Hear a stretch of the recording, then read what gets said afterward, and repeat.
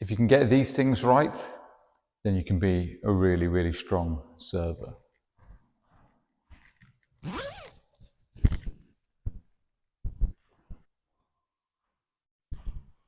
My name's Craig Bryant, and we're going to be looking at how to recover after our serve and how to take advantage of the serves that you're starting to use and develop. So serving is a skill that we need to try and develop, and we can do that in isolation where it's just us and a bucket of balls, and we can start to figure things out and how to spin the ball and how to get it into different parts of the table. And we can also do that by practicing against people too. When practicing it in isolation, you can often neglect the recovery, where you need to stand, what you need to look for, how you play the follow-up shot. Now, there is absolutely a need to focus on that serve on its own, because that means the serve will get your full attention. You'll be able to look at the details, the feeling of the serve, the control, understand where it's landing, where it needs to go. You can have your full attention on the serve. And that's essential for developing a serve. If that's all you do when you're practicing your serves, then you'll end up neglecting how to react to them, what position you need to get in, what are your automatic responses, and so on. So it's really important that when you've spent some time practicing them, that you do integrate them into exercises, you do use them against people in practice matches, and then eventually into your competitive play as well. And then you start to get a real understanding of, when I serve here, this tends to happen. When I do this serve, this tends to happen. And then you can start to form your training around the serves that you're using and the common responses from them. However, there are some principles that we can apply to this. There are some percentages that we can try and take into account. There are certain positions that we can put ourselves in to give ourselves the best possible chance of making a strong third ball attack if and when that opportunity arises. So the first thing to consider is, what's your game? What's your preference? Are you more of a backhand player? Are you more of a forehand player?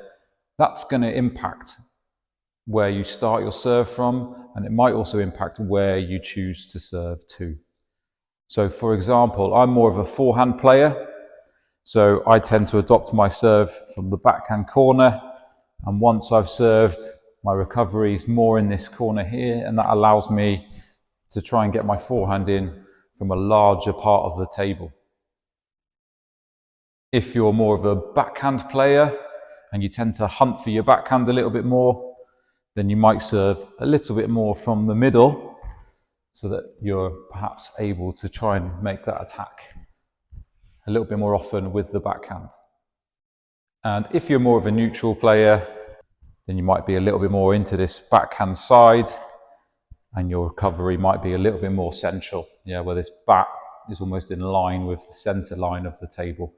And you're almost an equal distance from both sides of the table. So first of all, what type of player are you? What are your preferences? What are you trying to do? And that's going to help you decide where you start most of your serves from. And there's no hard and fast rules here. That doesn't stop you serving from this corner. It doesn't stop you trying different techniques, but just having some consistency with where you're serving from and understanding why you're doing that. So first of all, we're going to look at some angles of play that we need to be aware of. For example, if I am serving across court, short into somebody's backhand,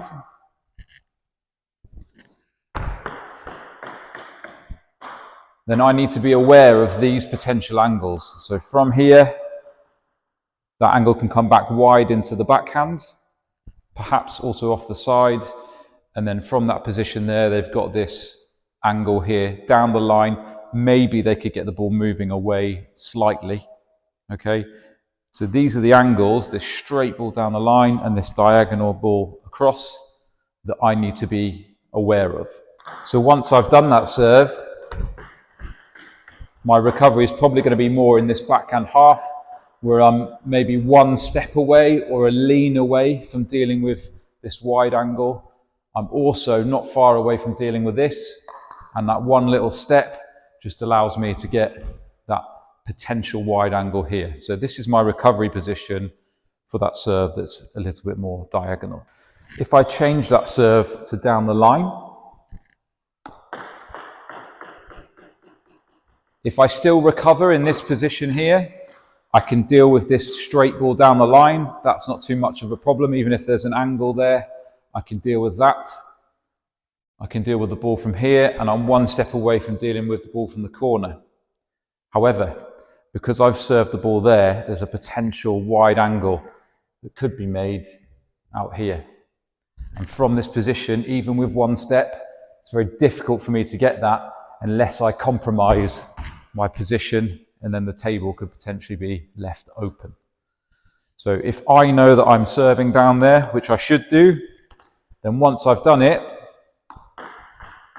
my recovery is going to be a little bit more in the center.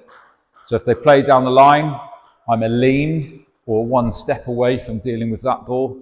Without moving, I can cover the corner, but with a step, I can cover this wide angle. Okay, so I'm recovering into a position where I can cover most of the potential angles. Of course, the better player you play, they're able to exploit wider angles. They might use a little bit of deception in the receive and so on that makes things trickier. But just as a basic concept, getting into the habit of wherever we are serving, that we're recovering into a position that covers those potential angles that we're creating. This is probably one of the most common mistakes that I see with positioning ourselves, is after the long, fast serve. So for this one, I'm going to serve long and fast cross court to start with. Okay, so we've spoken a little bit about these angles, cross court. The same applies for this. There's a good chance that they're going to play back cross court, and I'm in this position to cover that angle. Maybe they could play down the line, but if I'm recovering here where I should be, I can cover this angle, and I'm one step away from dealing with that ball down the line. However, the error that I tend to see here is the distance from the table. So we long fast serve, and then the recovery is still in a close position as if I'd served short and I'm looking for a slower spin. If I'm serving long and fast, there's probably a 99% chance that that ball's going to come back long, unless you're playing someone with pips or pimps or something like that. Then I would need to try and adjust outwards. So can we make sure that after that serve, yes, we're mindful of the angles, but we're taking a step back to deal with that very probable long ball as well. So try to avoid this and try to make sure we're doing this.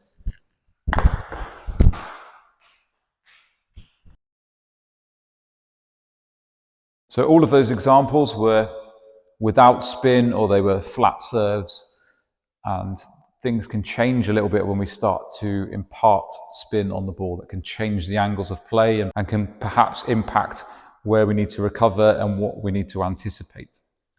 So if I start again with serving cross court, and instead of the flat serve here, now I'm going to impart some side spin onto my serve. Okay, so when I'm imparting that pendulum spin and the ball is spinning this way, the ball's response will want to come this way. Okay, so that increases my opportunity, or the chances that the ball's going to come back into this corner. It doesn't guarantee it, but it can increase the possibility of that happening.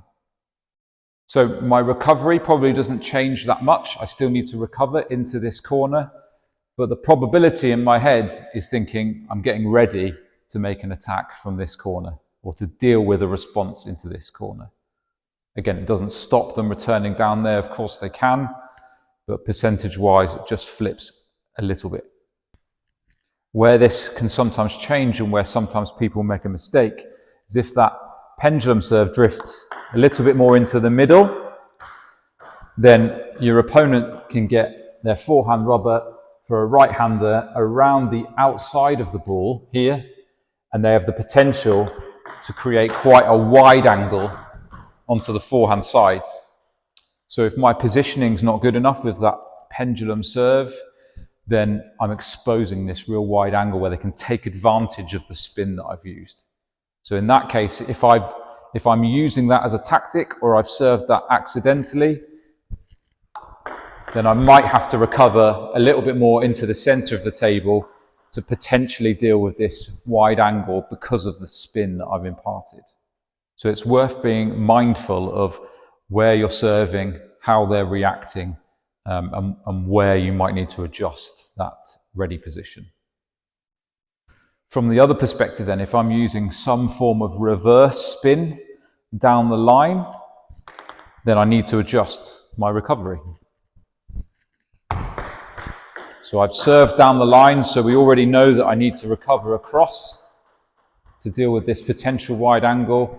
But again, because the ball is spinning in this way, that increases the probability of the ball being returned cross court. So again, whilst my recovery won't change too much, in my mind I'm thinking I need to be dealing with this likely response into the forehand half of the table, because the spin wants to come this way. So that's whether you're serving some form of reverse or hook serve. Either way, that spin is going to want to come over this direction. And again, if I do the same serve into the backhand half, that's going to impact how I recover slightly.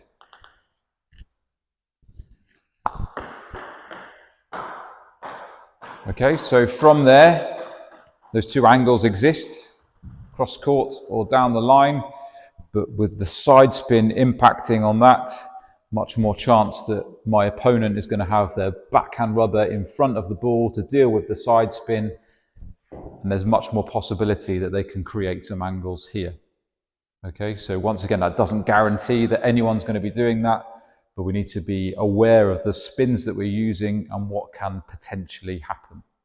So be mindful of where you're serving, what spin you're using, and what you're wanting and expecting to follow up with. You'll often see very, very good players reacting extremely quickly. Yes, they are very quick. Yes, they have very quick reactions, and they're very experienced and dealt with lots of different responses. But their anticipation and understanding of probability is right up there with top-level athletes across many sports. Yeah, they're able to predict play, and they're able to start moving into position very quickly. So this sort of stuff that we're talking about is automatic to them. So the more you're mindful of it and the more you can take advantage of these things, the more you're increasing your anticipation. And one little tip before we go. For the long, fast serve across, often what you'll see is people serving long and fast, and then they'll either wait for a strong backhand or they'll turn on the corner and look for a strong forehand. And often they'll do that when they're using that serve as an element of surprise. So it's worth giving it a try, that when you've gone for that serve, just not immediately jumping around the corner, but trying to anticipate that and taking advantage of it.